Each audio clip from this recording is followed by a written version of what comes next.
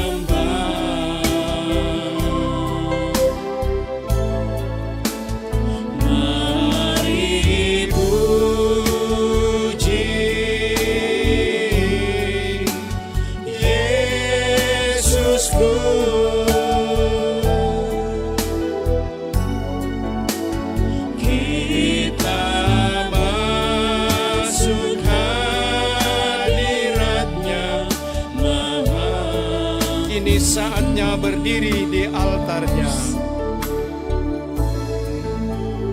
Kini saatnya berdiri di altarnya.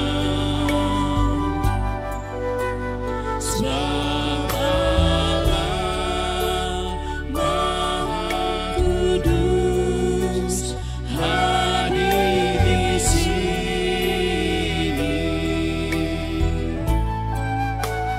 Mari memuji.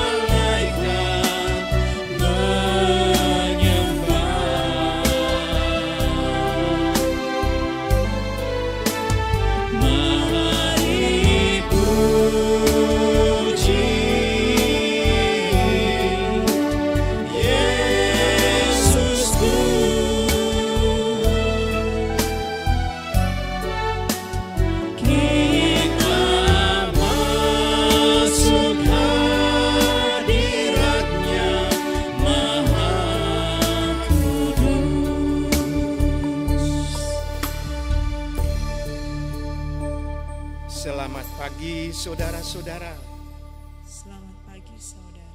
tema ibadah kita di hari Minggu ini, bertolong-tolonglah menanggung bebanmu.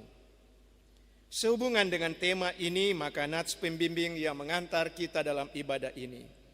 Dalam Galatia 6 ayat 2 dan 10. Bertolong-tolonganlah menanggung bebanmu, demikianlah kamu memenuhi hukum Kristus. Karena itu selama masih ada kesempatan bagi kita, marilah kita berbuat baik kepada semua orang, tetapi terutama kepada kawan-kawan kita seiman. Mari berdoa. Ya Allah yang maha tinggi, maha kuasa, yang memegang kedaulatan di sorga dan di bumi. Kami datang kepadamu saat ini dengan sikap hati masing-masing, di tempat di mana kami duduk ataupun berdiri, di rumah kami masing-masing. Kami datang menyembah Engkau. Kami datang mengucap syukur kepadamu dan mengagungkan kuasa kasih-Mu yang ajaib dan luar biasa. Kami sedang beribadah kepadamu. Kami mohon kiranya persekutuan ibadah minggu kami hari ini tidak akan jalan menurut kemauan kami, tetapi kami rindu meletakkan, mendasarkan seluruh perjalanan ibadah minggu ini hanya di dalam nama, kuasa dan berkat Allah, Bapa dan Putra dan Roh Kudus. Amin. Muliakan Allah Bapa.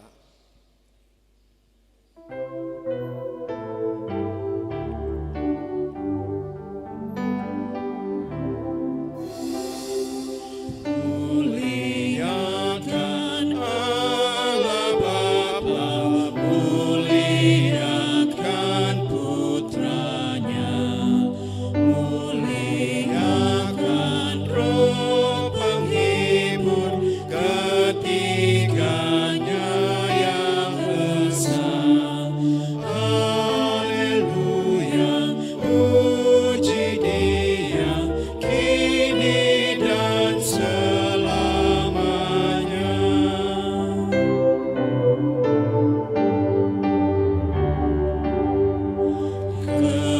Kemuliaan selamanya dalam sorga bergema, hormat dan syukur dan kuasa diberi ciptaannya.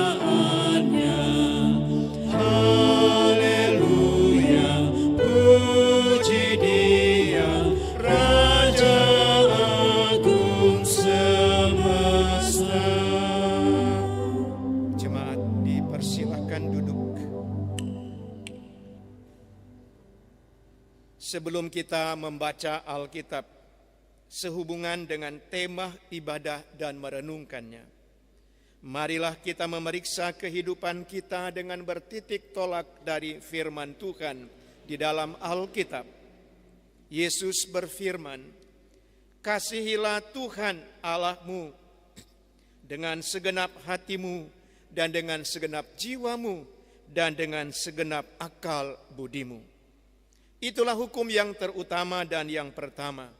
Dan hukum yang kedua yang sama dengan itu ialah kasihilah sesamamu manusia seperti dirimu sendiri. Pada kedua hukum inilah tergantung seluruh hukum Taurat dan kitab para nabi-nabi. Saudara, bagaimanakah sikap kita terhadap Tuhan Allah kita? Apakah kita sungguh-sungguh mengasihi Dia dengan segala perbuatannya?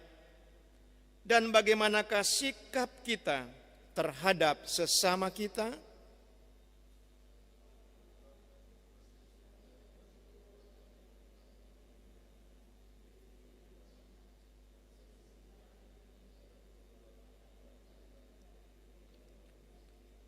Oleh karena itu, saya mengajak kita, marilah merendahkan diri di hadapan Tuhan Allah kita. Kita mengaku dosa kita supaya menerima pengampunan. Mari kita berdoa. Tuhan Yesus Kristus, Putra Allah yang tunggal, Juru Selamat, penebus dosa kami. Di hadapan-Mu kami datang mengaku setiap kesalahan dan dosa kami. Atas pelanggaran kami dan ketidaksetiaan kami pada firman-Mu yang tidak mempraktekkan kasih yang sesungguhnya yang Engkau ajarkan. Ampunilah kami untuk setiap kesalahan kami terhadap sesama kami manusia. Kasih kami yang luntur, kasih kami yang tidak sesungguhnya, seperti mengasihi diri sendiri terhadap sesama kami. Maafkanlah kami dan ampuni, ya Tuhan, agar kami boleh menerima pengampunan, penyucian dan pengudusan hanya oleh kuasa darah Yesus, yang oleh bilur-bilurnya kami semua yang percaya disembuhkan, diselamatkan. Terpujilah nama-Mu, Yesus Kristus, Tuhan dan penebus kami. Ya Tuhan, dengarkanlah. Amin.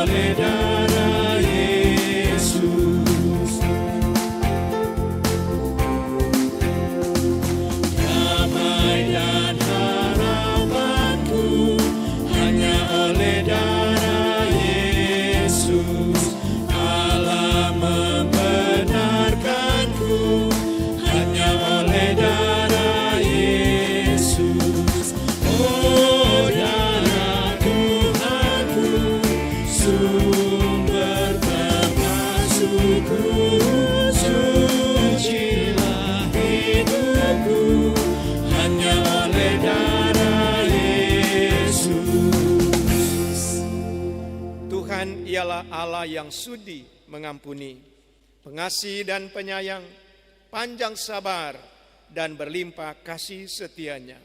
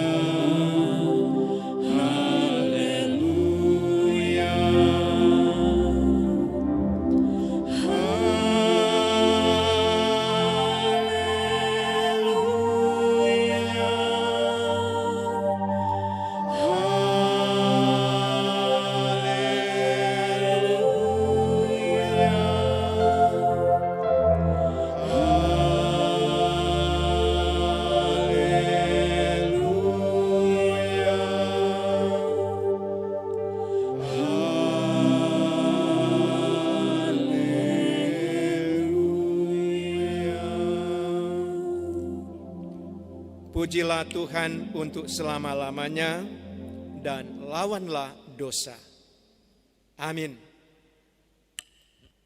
Saudara-saudara yang dikasihi oleh Tuhan, kita persiapkan hati dan pikiran kita dan segenap kehidupan kita dalam ibadah ini untuk menyambut pembacaan Alkitab dan pemberitaan firman Tuhan. Mari kita berdoa sebelum membaca dan memberitakan firman. Dalam nama Allah Bapa dan Putra dan Roh Kudus Tritunggal yang Esa, yang telah berfirman sejak dunia dijadikan, maka dari yang tidak ada menjadi ada, dan yang sudah ada disempurnakan menjadi indah dan baik, sehingga semuanya baik dalam pemandangan matamu. Engkau yang telah berfirman, maka segala sesuatu telah terjadi. Dan oleh firman-Mu itu jugalah kepada kami manusia diberi mandat menjaga, menata, mengolah, memelihara akan semua yang telah Engkau ciptakan bagi kami. Kini saatnya bagi kami, jemaat-Mu, akan membaca Alkitab, yaitu firman Allah dalam kitab suci, yang akan kami buka, kami baca, dan dari situlah juga kami akan merenungkan dan memberitakan firman Tuhan itu untuk menjadi rema dalam kehidupan kami sebagai orang-orang yang percaya. Roh Kudus kiranya menuntun dan membantu kami untuk mengerti. Taruhkanlah telinga seorang murid bagi kami untuk mendengar dengan baik, serta hati yang rela menerima dan melakukan firman-Mu. Hamba-Mu juga ini, Engkau pakai dia sebagai perkakas-Mu yang mulia, untuk menyalurkan, menyampaikan isi hati-Mu Bapa, sebagaimana yang Engkau kehendaki untuk firman Tuhan, agar supaya kami semua bukan hanya diberkati, tetapi jadi berkat dan jadi saluran berkat. Terpujilah nama-Mu, ya Allah Tuhan kami, dalam Yesus Kristus firman yang hidup. Haleluya. Amin. Pembacaan Alkitab kita pada hari Minggu yang terakhir di bulan Juni ini diambil dalam surat Rasul Paulus kepada jemaat di Korintus. Pertama Korintus pasalnya yang ke-16.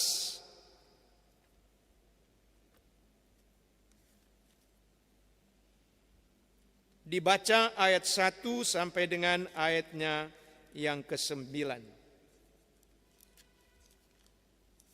Untuk menghormati firman Tuhan ini, saya mengundang kita semua di rumah kita masing-masing atau di tempat di mana kita berada dan beribadah.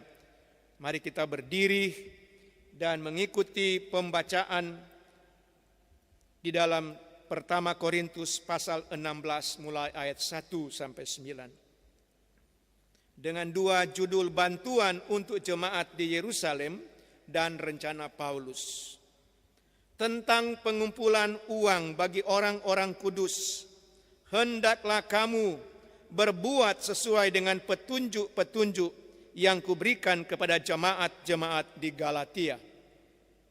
Pada hari pertama dari tiap-tiap minggu, hendaklah kamu masing-masing sesuai dengan apa yang kamu peroleh, menyisihkan sesuatu dan menyimpannya di rumah, supaya jangan pengumpulan itu baru diadakan kalau aku datang.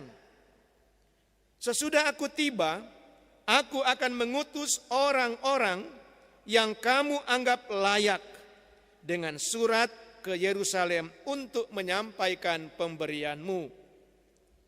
Kalau ternyata penting, bagi aku juga pergi. Saya ulangi, kalau ternyata penting bahwa aku juga pergi, maka mereka akan pergi bersama-sama dengan aku. Aku akan datang kepadamu sesudah aku melintasi Makedonia, sebab aku akan melintasi Makedonia. Dan di Korintus, mungkin aku akan tinggal beberapa lamanya dengan kamu, atau mungkin aku akan tinggal selama musim dingin, sehingga kamu dapat menolong aku untuk melanjutkan perjalananku. Sebab sekarang aku tidak mau melihat kamu hanya sepintas lalu saja. Aku harap dapat tinggal agak lama dengan kamu, jika diperkenankan Tuhan. Tetapi aku akan tinggal di Efesus sampai hari raya Pentakosta. Sebab di sini banyak kesempatan bagiku untuk mengerjakan pekerjaan yang besar dan penting, sekalipun ada banyak penentang. Demikianlah pembacaan firman Tuhan. Jemaat sekalian dipersilakan duduk. Sebelum pemberitaan firman Tuhan, kita akan mendengarkan puji-pujian remaja dan seluruh pembina remaja Jemaat Kinamang bersama dengan anggota jemaat yang berhari ulang tahun kelahiran dan pernikahan serta keluarga. Mulai tanggal 22 Juni sampai hari ini 28 Juni.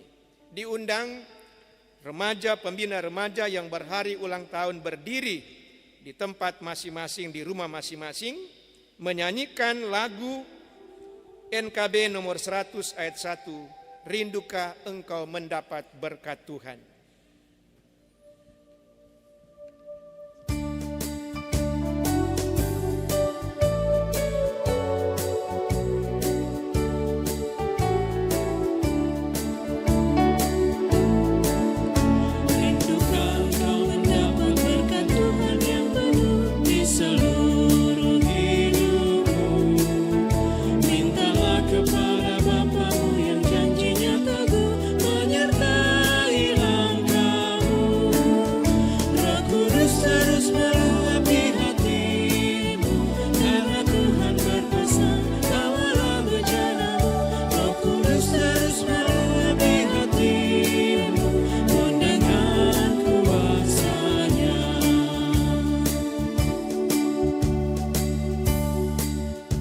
Terima kasih, silakan duduk kembali. Soli Deo Gloria. Saudara-saudara, saya masih ingat di masa kecil saya, era tahun 1960-an. Ada satu tradisi di kampung saya, yaitu tradisi minta api. Yaitu pagi-pagi benar atau masih gelap, setiap hari ketika sudah bangun, orang cuma dengar di mana ada babunyi tampurung bikin pica, atau lihat ada asap di rumah itu atau di dapur. Karena dulu rumah-rumah di kampung saya terdiri dua bagian. Ada rumah tempat tinggal, di belakang ada rumah kacili, itu dapur terpisah. Karena masih pakai api arang, tampurung atau gonofu, atau kayu. Jadi kalau solia ada asap di rumah sebelah atau di rumah mana saja, maka orang tua saya atau kakak saya suruh, minta api. Minta api bawa sabuk kelapa atau orang bilang gonofu. Sampai situ selamat pagi, langsung bilang mau minta api. Lalu dorang ambil gata-gata, 1-2 api saja, baik kayu atau tempurung, api tempurung, taruh di gonofu. Lalu bawa ke rumah. Bawa ke rumah lalu dibikinlah api untuk memasak. Begitu tradisi di kampung saya. Sehingga bisa rumah kami kalau ada di tetangga lagi lihat coba asap, dorang datang lagi minta api. Begitu tradisi itu. Jadi karena memang dulu susah, macis pun susah. Hanya orang-orang tertentu yang punya macis, belum ada lampu seperti sekarang. Atau dengan lampu lentera atau lampu botol, dari situ tidak pakai minyak tanah dulu, minyak kelapa. Jadi cuma ambil gonofu atau sabuk, lalu taruh api situ, lalu dibangunlah api sampai berasap. Lama-lama orang lihat semua rumah-rumah mulai berasap. Tandanya bahwa ada kehidupan. Berarti ada mau masak. memasak air atau memasak nasi. Jadi api kemudian asap di rumah masing-masing, tandanya bahwa rumah-rumah keluarga itu adalah hidup, ada kehidupan. Saudara-saudara yang dikasihi oleh Tuhan, kita patut bersyukur hari ini Minggu 28 Juni adalah minggu keempat sesudah Pentakosta, yaitu peristiwa besar yang merubah arah sejarah dunia. Dan dalam kekristenan mengakui dan memegang teguh prinsip bahwa gereja lahir atau dimulai pada peristiwa pencurahan Roh Kudus. Lidah-lidah api yang hinggap pada rasul-rasul berkobar-kobar menyala menjadi api Injil Kristus, mulai dari Yerusalem sampai ke ujung bumi. Kisah 1 ayat 8, Kisah 2 ayat 3. Saudara-saudara, kita baru membaca hari ini 1 Korintus 16 ayat 1 sampai 9. Ada beberapa hal, setidak-tidaknya 3 hal penting yang menjadi pesan dan makna dari firman Tuhan yang kita baca. Yang pertama, makna atau pesan dari bacaan kita ialah pelayanan kasih. Bahasa gerejawi diakonia. Ayat 1a dalam bacaan kita tentang pengumpulan uang bagi orang-orang kudus dan seterusnya. Dan mengapa ada pengumpulan uang? Ada apa? Dan kepada siapa atau alamat bantuan pengumpulan uang itu? Saudara, gereja dan pemberitaan Injil Kristus berawal dari Yerusalem. Karena itu orang-orang Yahudi lah yang di Yerusalem yang pertama-tama menjadi Kristen. Di tengah-tengah agama Yahudi atau Yudaisme atau keyahudian yang sangat ketat dan dihormati. Akibatnya, kelompok yang kemudian percaya pada Injil Kristus ini dicap sekte oleh agama Yahudi. Jadi, kekristenan awal itu dianggap sekte oleh agama Yahudi.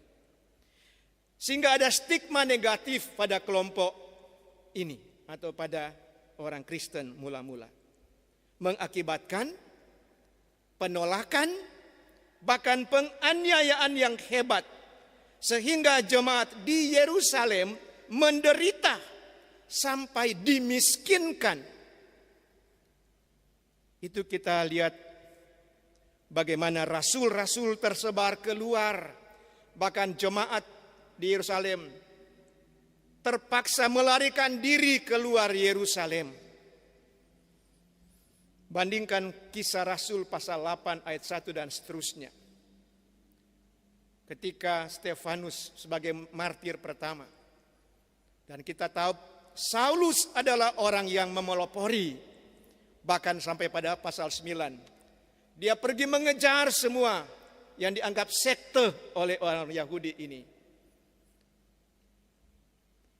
Itulah sebabnya bukan cuma penolakan, penganiayaan yang hebat. Dan orang-orang Kristen waktu itu di Yerusalem dimiskinkan oleh masyarakat. Singkat cerita, merekalah ini, jemaat di Yerusalem lah alamat pengumpulan uang dan alasan mengapa yang digerakkan oleh Rasul Paulus. Dan itulah yang saya sebut atau kita sebut pelayanan kasih atau diakonia. Saudara-saudara, hari-hari ini dengan kondisi yang sulit, menderita dampak dari COVID-19, menjadi peluang yang sangat strategis bagi gereja-gereja atau orang-orang kudus menghayati kembali dan melakukan pelayanan kasih ini. Bandingkan Galatia 6 ayat 2 dan 10 serta Roma 15 ayat 25 sampai 26. Itu makna yang pertama bacaan kita. Yang kedua, manajemen dan pekabaran Injil. Pada ayat 1b dan ayat 2 berbunyi begini. Hendaklah kamu berbuat sesuai dengan petunjuk-petunjuk yang kuberikan kepada jemaat-jemaat di Galatia. Pada hari pertama tiap-tiap minggu, hendaklah kamu masing-masing sesuai dengan apa yang kamu peroleh, menyisihkan dan menyimpan di rumahmu. Saudara-saudara, ayat ini, kalimat ini, seperti pada bagian pertama tadi, melakukan pelayanan kasih tidaklah serta-merta dikerjakan tanpa manajemen yang baik. Tapi Alkitab mengajarkan lewat Rasul Paulus rambu-rambunya, dan apa yang akan diberikan juga tidak ada unsur pemaksaan. Dengan kata lain, sesuai kapasitas masing-masing. Kapan dilakukan, bagaimana melakukannya. Yang menarik dalam ayat ini ialah kata menyisihkan dan menyimpan. Arti kata menyisihkan dan menyimpan artinya bukan menyisakan. Beda ya, menyisihkan dan menyisihkan. Menyisakan berarti sisa.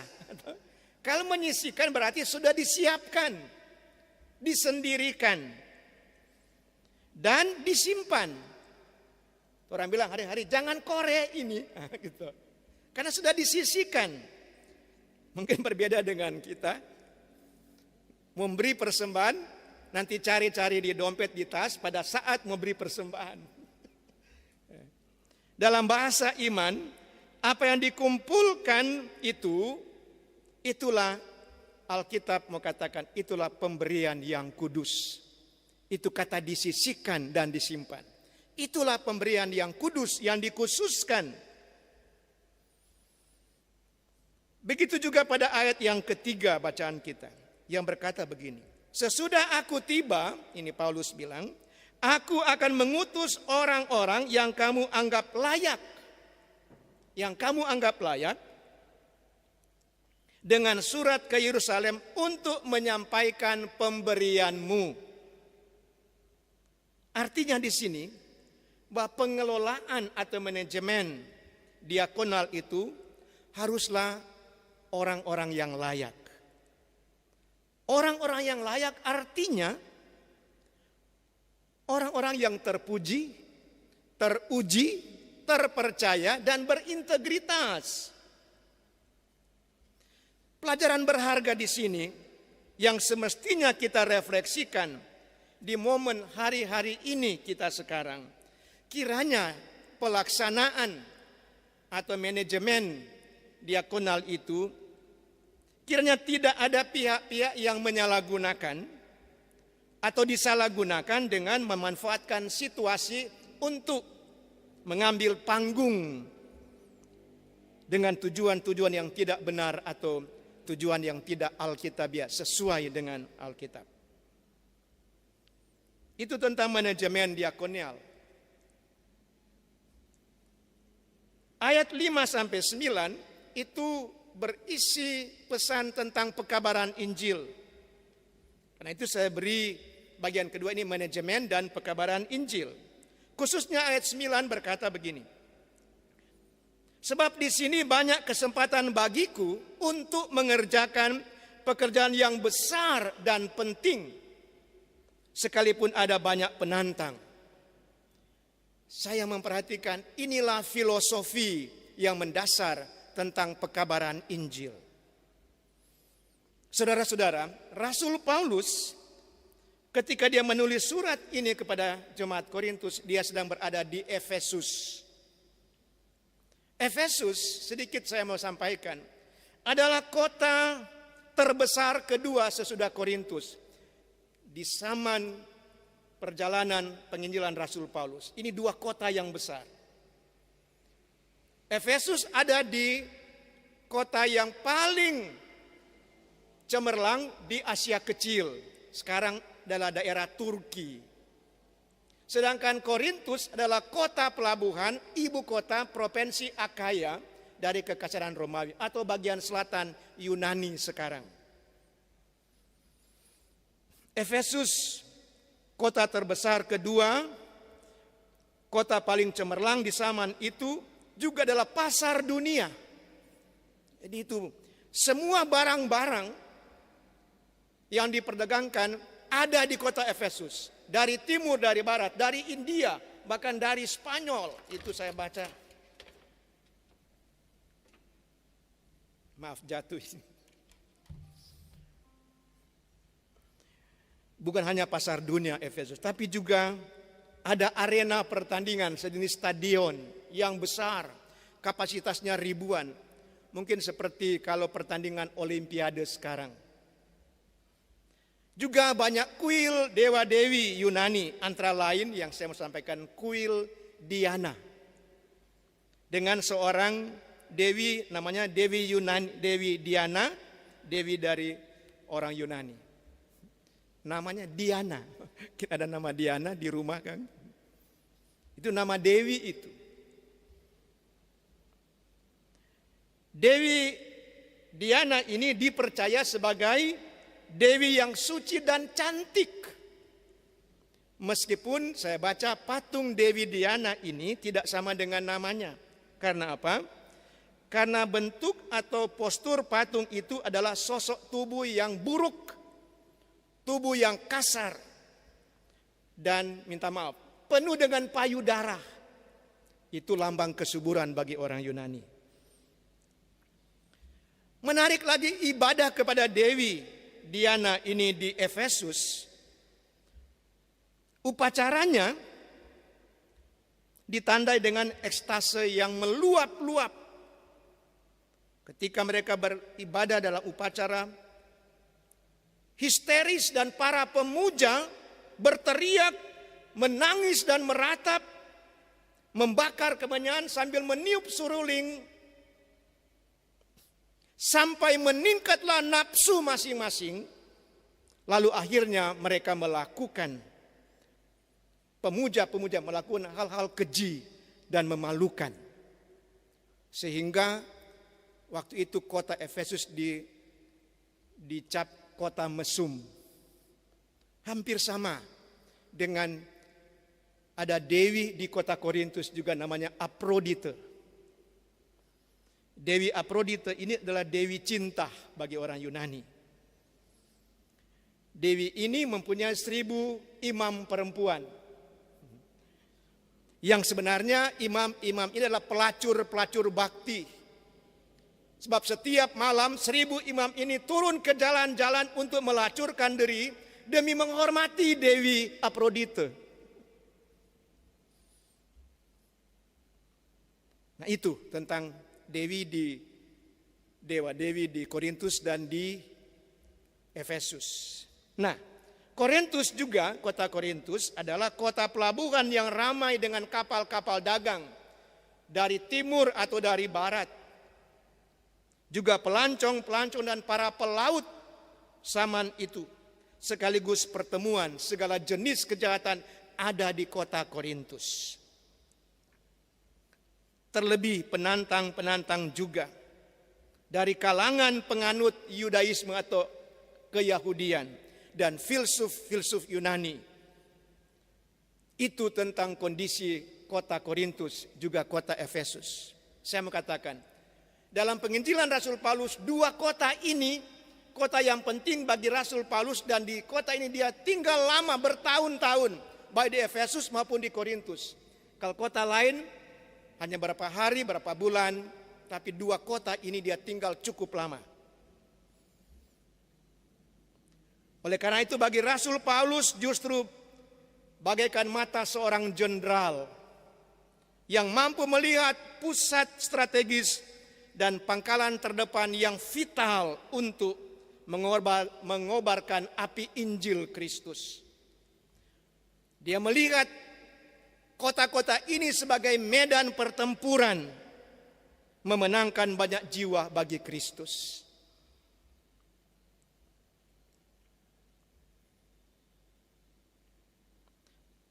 Saudara-saudara yang dikasihi oleh Tuhan, kota-kota dan masyarakat seperti inilah, seperti Korintus dan Efesus,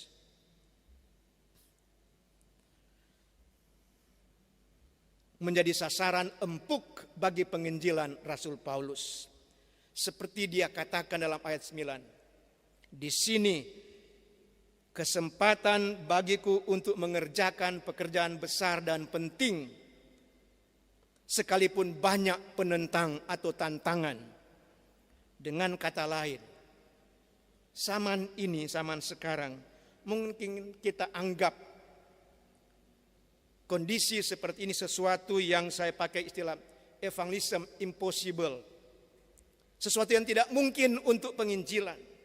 Tapi justru kondisi keadaan seperti ini, peluang untuk ladang evangelism explosion, atau terjadi peledakan penginjilan demi untuk pertumbuhan gereja dan demi untuk kerajaan Allah.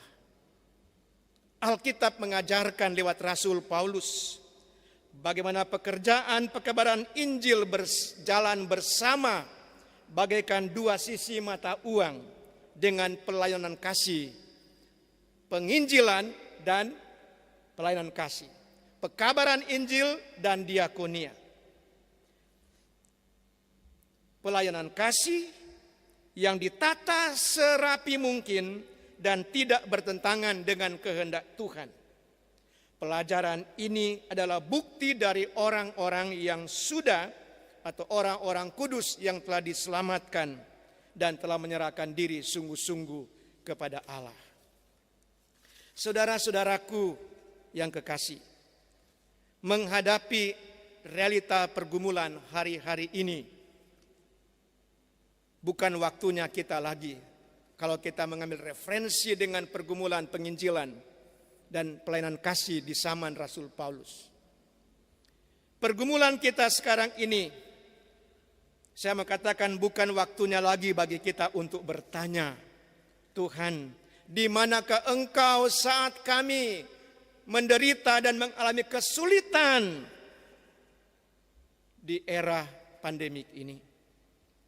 Berhentilah saudara untuk berkata, kapan ini akan berakhir? Tapi sebaliknya mari kita justru bertanya, di manakah saya? Di manakah saudara? Di manakah gerejanya sekarang ini? Apakah kita masih harus terus tinggal di zona nyaman? Saudara-saudara, saatnya gereja-gereja jangan lagi berputar-putar pada persoalan dogma dengan mempersalahkan, membenarkan diri masing-masing. Berhentilah untuk mengungkit-ungkit sentimen dogmatis. Mari keluarlah dari zona nyaman kita masing-masing. Bertindaklah sambil bergandengan tangan bersama dalam Kristus. Kobarkan api Injil keselamatan kepada semua orang, siapapun juga. Dunia membutuhkan jawaban. Semua butuh jawaban, semua butuh keselamatan, siapapun kita. Semua butuh penolong, semua butuh juru selamat. Juru selamat ialah satu-satunya Yesus Kristus yang tetap sama, tidak berubah kemarin, hari ini, dan selama-lamanya. Dialah yang telah menanggung penderitaan dan kesakitan kita di kayu salib di Golgota, yang oleh bilur-bilurnya kita sembuh dan diselamatkan. Dan biar semua lutut bertekuk dan semua lidah mengaku Yesus Kristus adalah Tuhan bagi kemuliaan Allah Bapa. Itu dalam Ibrani 13 ayat 8, Yesaya 53, Filipi pasal 2. Saudara-saudara, sekarang kita masuk bagian yang ketiga terakhir. Saya bilang tadi ada makna dan pesan penting dari bacaan kita. Saya ulangi, pertama tentang pelayanan kasih atau diakonia. Kedua tentang manajemen dan pekabaran Injil. Dan yang ketiga ialah karakter orang-orang kudus. Orang-orang kudus ini adalah bahasa Rasul Paulus ketika dia menyapa jemaat-jemaat Seperti dalam surat-suratnya dalam Alkitab Perjanjian Baru. Kita baca di awal-awal surat-suratnya selalu kepada dari Paulus Rasul Kristus kepada orang-orang kudus kepada orang-orang kudus di Korintus, di Efesus, di Kolose. Ini bahasa Paulus, jemaat dia sapa orang-orang kudus. Nah, karakter orang-orang kudus dari bacaan kita ialah apa? Menolong, membantu, saling menanggung beban di antara sesama, terlebih kawan-kawan seiman. Itu adalah filosofi kekristenan atau itulah karakter orang kudus, kasih. Galatia 2 ayat 2 sampai 10 juga. Alkitab berkata, jika kita melakukan ini berarti kita telah melakukan hukum Kristus. Artinya kalau telah membantu, menolong, menanggung beban satu dengan yang lain, orang sudah melakukan hukum Kristus, yaitu hukum kasih. Kasih yang vertikal dan kasih yang horizontal. Kasih kepada Allah dan kasih kepada sesama. Kasih kepada sesama tidak dipaksakan. Karena Allah yang lebih dahulu mengasihi kita. Saudara-saudara, pada bagian ketiga ini, kita semua perlu bercermin tentang karakter orang-orang kudus atau jemaat-jemaat di Makedonia. Dalam 2 Korintus 8 ayat 2 sampai 3 dan 5. Di situ Paulus kata begini tentang karakter orang kudus di Makedonia. Selagi dicobai dengan berat, dalam pelbagai penderitaan, sukacita mereka meluap-luap. Bayangkan, orang dicobai penderitaan yang berat, tapi sukacita mereka meluap-luap meskipun mereka sangat miskin. Namun mereka kaya dalam kemurahan. Paulus bilang, aku bersaksi bahwa mereka telah memberikan menurut kemampuan mereka, bahkan mereka memberi melampaui kemampuan mereka. Lebih dari apa yang ada pada mereka. Mereka memberikan lebih banyak daripada yang kami harapkan. Mereka memberi diri mereka pertama-tama kepada Allah, kemudian juga kepada kami. Fakta Alkitab sebagai aksi tindakan nyata ini dari jemaat-jemaat di Makedonia, Rasul juga membuktikan dalam tulisannya, benar atau tidak. Dalam Roma 15 ayat 25 sampai 27a. Waktu itu Paulus dalam perjalanan pulang ke Yerusalem, perjalanan yang ketiga. Tetapi sekarang aku sedang dalam perjalanan ke Yerusalem untuk mengantarkan bantuan kepada orang-orang kudus. Sebab Makedonia dan Akaya telah mengambil keputusan untuk menyumbangkan sesuatu kepada orang-orang miskin di antara orang-orang kudus di Yerusalem. Keputusan itu memang telah mereka ambil, tapi itulah kewajiban mereka. Saudara-saudara, hari-hari ini juga momen-momen yang harus kita semua hadapi dan jalani tidak terkecuali menjadi momentum yang sangat strategis untuk kita introspeksi sebagai bagian daripada gereja Tuhan untuk menunjukkan bagaimana karakter orang-orang kudus, bagaimana karakter orang-orang percaya, bagaimana karakter gereja yang sesungguhnya, dan bertindak dalam perbuatan nyata sebagaimana jemaat-jemaat di Makedonia yang telah mencontohkan. Ataukah saudara-saudara, kita masih tetap berdalih pada ungkapan klasik dalam hal pelayanan kasih ini.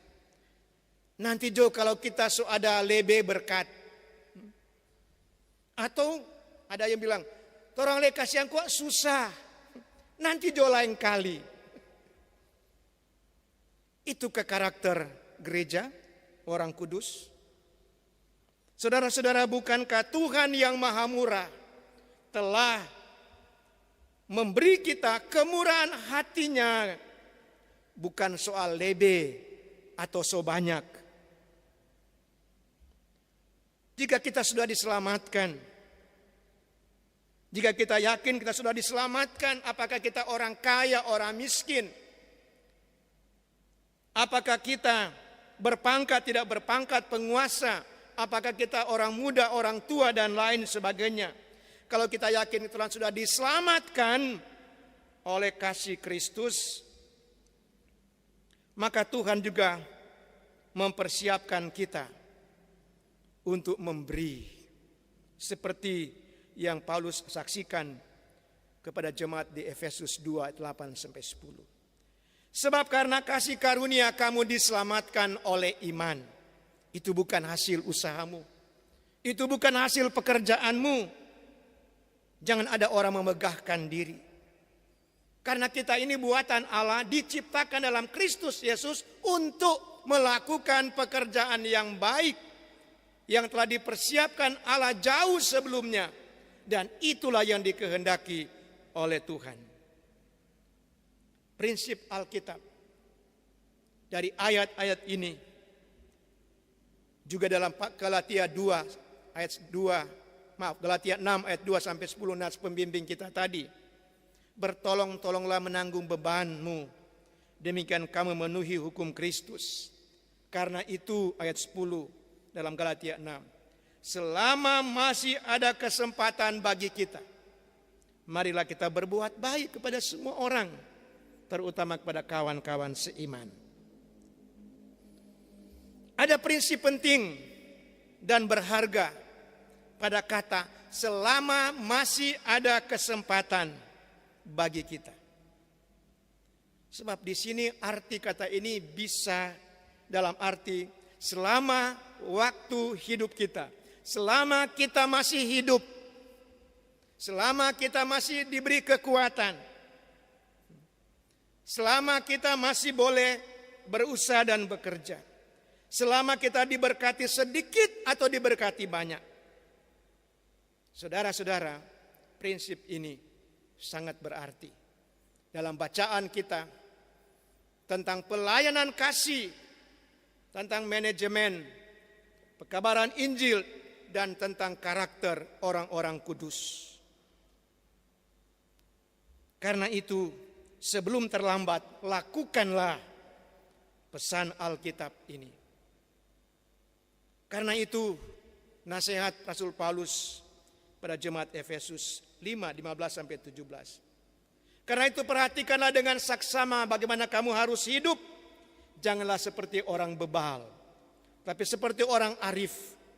Pergunakanlah waktu yang ada, karena hari-hari ini adalah jahat. Sebab itu janganlah kamu bodoh, tetapi usahakanlah supaya kamu mengerti kehendak Tuhan. Terpujilah nama Tuhan Yesus Kristus. Demikianlah firman Tuhan. Amin.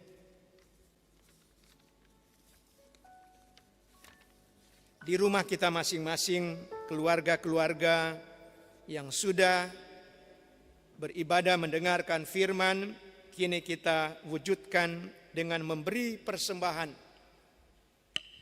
Sambil kita menyanyi dan dituntun dengan pujian, sudahkah yang terbaik kuberikan kepada Yesus Tuhanku.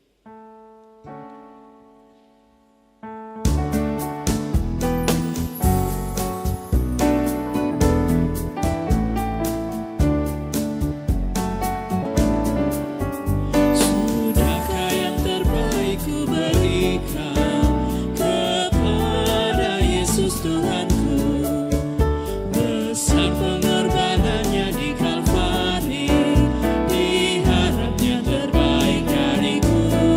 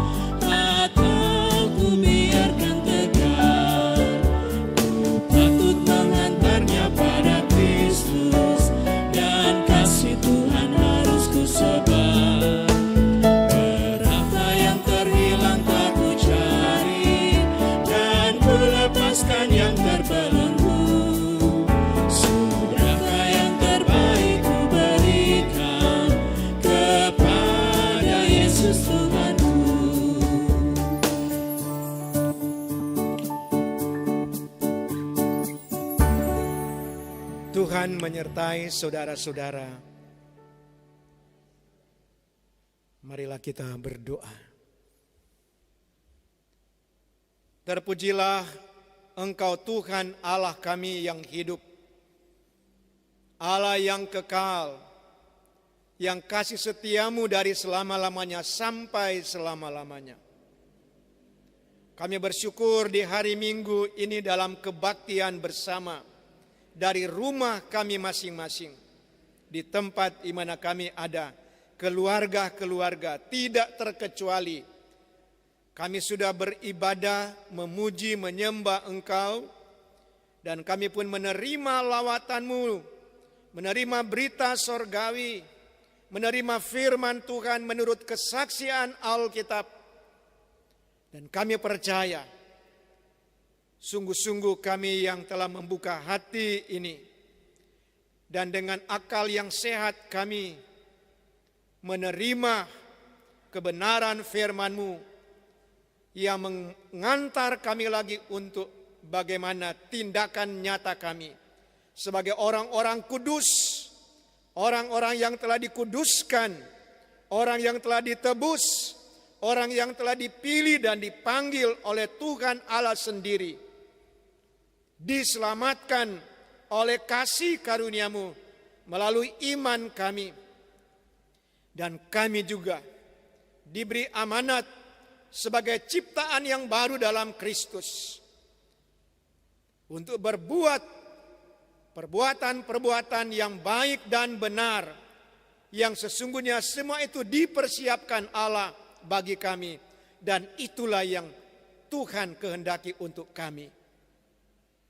Kami bersyukur gereja melakukan pekerjaan pekabaran Injil sebagai kelanjutan daripada api Injil yang dimulai di hari Pentakosta, yang terus berkobar dan menyala dari waktu ke waktu, dari abad ke abad, dan sampai hari ini. Gereja tidak pernah berhenti, bukan hanya melayani hal-hal yang rutin saja, tapi bagaimana melakukan pekerjaan pekabaran Injil. Bagaimana Injil itu harus tiba kepada semua orang, semua kalangan, tanpa kecuali. Bahkan kami belajar dari perenungan dalam 1 Korintus pasal 16 ini, bagaimana komitmen dari Rasul Paulus rela untuk tinggal begitu lama di dua kota yang penting dan strategis. Kota dengan syarat dengan kejahatan, kota yang dicap sebagai kota yang mesum sekalipun, banyak tantangan penantang. Tetapi justru inilah medan yang luas dan inilah ladang penginjilan. Dan bagi kami, masa sekarang ini, di tengah-tengah tantangan dan pergumulan yang berat, hebat dan sulit ini, kami bukan hanya memperhatikan pelayanan kasih kepada sesama, tapi bagaimana Injil itu harus tiba. Bagaimana kabar keselamatan dari Kristus itu juga didengar. Dan bagaimana keselamatan itu juga menjadi bagian dan milik dari orang-orang yang berseru mencari jawaban di hari-hari akhir ini. Kami berdoa kiranya gereja tidak akan terjebak atau hanya berputar-putar pada persoalan dogmatis, apalagi mengungkit-ungkit sentimen dogmatis satu dengan yang lain. Tapi kami berdoa kiranya gereja-gereja, baik secara institusi maupun gereja yang adalah orang-orang percaya, akan bergandengan tangan, bertindak keluar dari zona nyaman masing-masing, bergandengan tangan bersama dengan Kristus yang telah mengamanatkan pekerjaan pelayanan kasih dan pekabaran Injil ini kepada orang-orang kudus yang telah diselamatkan. Doa kami kiranya jemaatmu juga di Jemaat Kinamang, Kaiwatu, Kailagi 2 ini, dalam koordinasi dan kebersamaan visi dan kebersamaan pandang untuk bersepakat berjalan bersama, menyikapi keadaan, bagaimana pekerjaan pelayanan kesaksian itu, bagaimana pelayanan kasih, bagaimana penggembalaan, dan bagaimana juga menjangkau mereka yang mungkin selama ini kurang peduli terhadap panggilan pelayanan kasih, panggilan bersaksi dan bersekutu. Kami berdoa Tuhan, kiranya jemaat ini menjadi jemaat yang sungguh-sungguh jemaat yang sesuai dengan namanya. Jemaat yang diberkati dan harus jadi saluran berkat, menjadi berkat bagi orang lain. Dan bukan mengumpulkan, tetapi bagaimana menyalurkan itu. Sebagaimana juga yang dilakukan oleh Rasul Paulus dengan gereja-gereja, jemaat-jemaat yang dikunjunginya. Dibangkitkan semangat mereka. Kami berdoa kiranya juga pelayan-pelayan khusus di jemaat kami ini memiliki kepekaan terhadap keadaan dan tidak berdiam diri saja berserah pada keadaan, tapi bagaimana bersikap dan mengambil tindakan-tindakan nyata, baik itu dalam rangka untuk pelayanan terus berjalan tidak mandek, baik di bidang kategorial juga di kolom-kolom, tidak menyerah pada keadaan, tetapi mengambil peran untuk terus menjalankan tugas kesaksian dan persekutuan. Kami berdoa Tuhan, kiranya juga hamba-hambamu yang diurapi oleh Tuhan, penatua, syamas, pendeta, bahkan juga pelayan-pelayan di kolom UPK atau tim doa, kegerakan mereka juga menyikapi keadaan ini betul-betul sebagai implementasi dari perenungan firman Tuhan. Dan kami berdoa juga kiranya Tuhan bukakan jalan untuk kami, keluarga-keluarga jemaat, bagaimana untuk memperoleh atau mendapatkan kesempatan, baik kesempatan untuk bekerja, kesempatan untuk mendapatkan kebutuhan-kebutuhan hidup. Demikian juga dengan anak-anak cucu kami. Kiranya kesempatan ini mereka tidak akan berdiam diri, tetapi terus sebagai mahasiswa atau siswa belajar dan belajar dari rumah sekalipun. Dan syukur di akhir semester anak cucu kami di tingkat sekolah mereka masing-masing boleh berhasil naik kelas ataupun lulus dalam tingkat sekolah mereka untuk berpindah ke tingkat yang lebih tinggi. Begitu juga dengan mahasiswa. Kami berdoa yang akan menyelesaikan lagi tugas-tugas mereka diberi kemampuan oleh Tuhan. Dan kami berdoa kiranya gereja-gereja, pemimpin-pemimpin kami tetap ada sinergitas dengan pemerintah dalam hal menghadapi pergumulan dunia ini, termasuk pergumulan di Indonesia, di daerah kami, bahkan di kota ini. Terlebih kami berdoa Tuhan untuk semua aparat supaya sungguh-sungguh tidak akan terjadi insiden-insiden yang tidak seharusnya terjadi. Karena itu kami topang dalam doa. Pihak-pihak yang bekerja dan melayani di garda terdepan, di rumah-rumah sakit, di rumah-rumah singgah, para dokter, para perawat, bidan, dokter-dokter ahli, dokter-dokter umum dan lain sebagainya, dan pekerja-pekerja di bidang kesehatan. Supaya Tuhan menilik mereka, memberkati, memberi kekuatan, memberi kesehatan, memberi kemampuan, terlebih beri perlindungan bagi mereka. Tolong Tuhan, tolonglah mereka semua bersama dengan aparat keamanan, TNI dan Polri, supaya sungguh-sungguh tidak terjadi lagi hal-hal yang tidak kami inginkan. Doa kami Tuhan juga bagi mereka yang kini sedang dirawat di rumah-rumah isolasi atau di rumah sakit karena telah terpapar COVID-19 ini, atau mereka dalam kategori PDP atau ODP dan lain sebagainya. Kami mohon belas kasih-Mu Tuhan. Kami mohon kiranya Engkau memberi penguatan, memberi kesabaran dan kesetiaan menjalani semua itu. Lebih daripada itu kami mohon belas kasih-Mu Tuhan.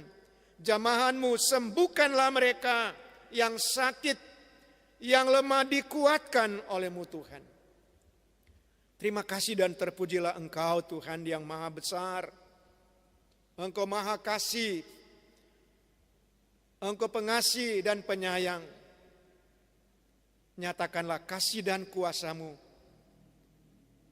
Kami rindu supaya pergumulan ini kami hadapi dan kami tidak melarikan diri, tapi kami hadapi dengan iman beriringan dengan akal sehat kami, menjaga dan memelihara kedisiplinan hidup sebagaimana petunjuk-petunjuk dan syarat-syarat di bidang kesehatan sebagai protokol kesehatan, tapi juga bagaimana kami berdisiplin dalam hidup, kerja, dan menjaga kesehatan masing-masing. Kami doa Tuhan kiranya pelayanan gereja-Mu di minggu yang akan berjalan ini dan seterusnya, Tuhan pasti akan bukakan jalan bagaimana kami harus menyikapi keadaan ke depan. Berikanlah hikmat dan tidak ada memaksakan kehendak atau pikiran masing-masing, tapi sepakat untuk melakukan pekerjaan untuk keselamatan, untuk kemuliaan, dan untuk hormat nama Tuhan. Dengarkanlah dan sambutlah doa kami ya Tuhan. Kepadamu telah kami berdoa dalam nama Yesus Kristus, penebus kami yang hidup, sahabat yang setia, kepala gereja kami yang agung. Dia yang juga telah mengajarkan gereja-Mu untuk berdoa seperti yang Engkau ajarkan. Bapa kami yang di sorga, dikuduskanlah nama-Mu, datanglah kerajaan-Mu, jadilah kehendak-Mu di bumi seperti di sorga. Berilah kami pada hari ini makanan kami yang secukupnya, dan ampunilah kami akan kesalahan kami, seperti kami juga mengampuni orang yang bersalah kepada kami. Dan janganlah membawa kami dalam pencobaan, tapi lepaskan kami dari yang jahat. Karena Engkaulah yang punya kerajaan dan kuasa dan kemuliaan sampai selama-lamanya. Amin. Diundang kita semua berdiri. Serikat persaudaraan, berdirilah teguh.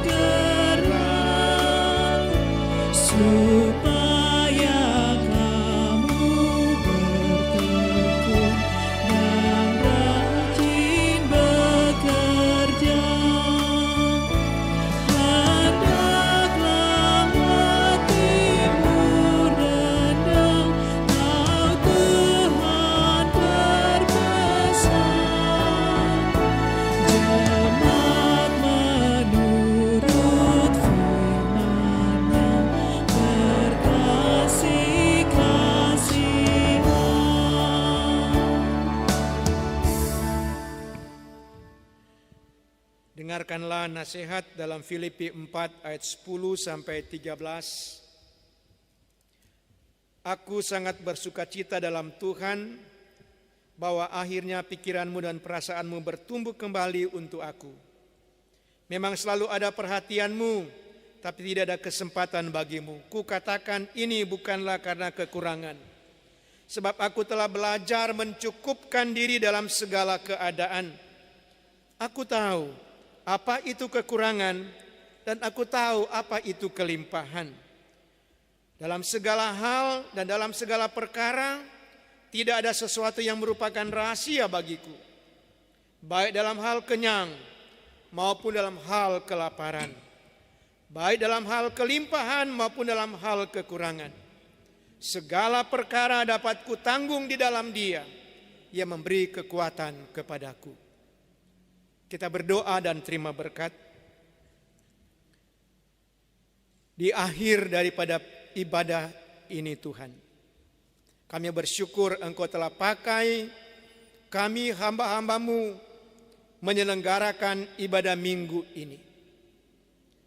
Kami bersyukur atas pemberian diri badan pekerja, para pendeta di jemaat dalam ibadah hari ini. Juga koordinator pelayanan Penatua Bapak Novi Pilialu sebagai anggota badan pekerja. Kami berdoa untuk dukungan, keterlibatan dan sokongan dari pelayan khusus kolom 4 Bapak Penatua dan Bapak Syamas, serta Penatua pelayan khusus di kolom 7 serta Penatua remaja. Dan kami percaya pemberian diri mereka diperhitungkan oleh Tuhan. Kami berdoa juga untuk tim prokantor dan keyboardis serta tim IT multimedia yang telah terlibat langsung dalam penyelenggaraan ibadah ini, juga kostor dan pegawai kantor. Diberkati kami semua, sehingga ketika kami pulang, sungguh-sungguh kami mengalami sukacita. Karena itu, terimalah berkat Tuhan. Tuhan memberkati dan melindungi saudara-saudara. Tuhan menyinari dengan wajah-Nya dan memberi saudara kasih karunia. Tuhan menghadapkan wajah-Nya kepada saudara dan memberi damai sejahtera.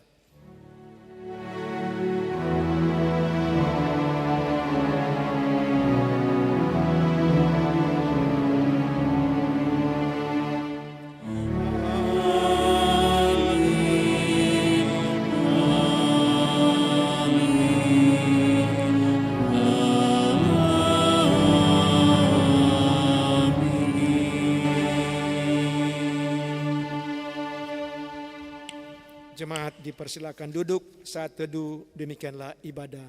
Tuhan memberkati.